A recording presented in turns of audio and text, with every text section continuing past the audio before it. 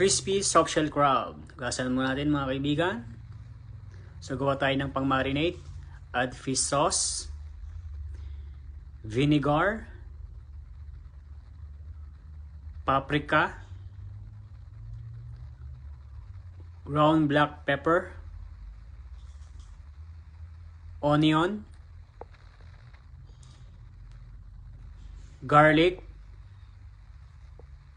lemon, egg yolk, all-purpose flour, then mekus-mekus. Yan, marinate na natin pero dahan-dahan lang kasi baka masira yung ating crab. Kasi sobrang lambot nito.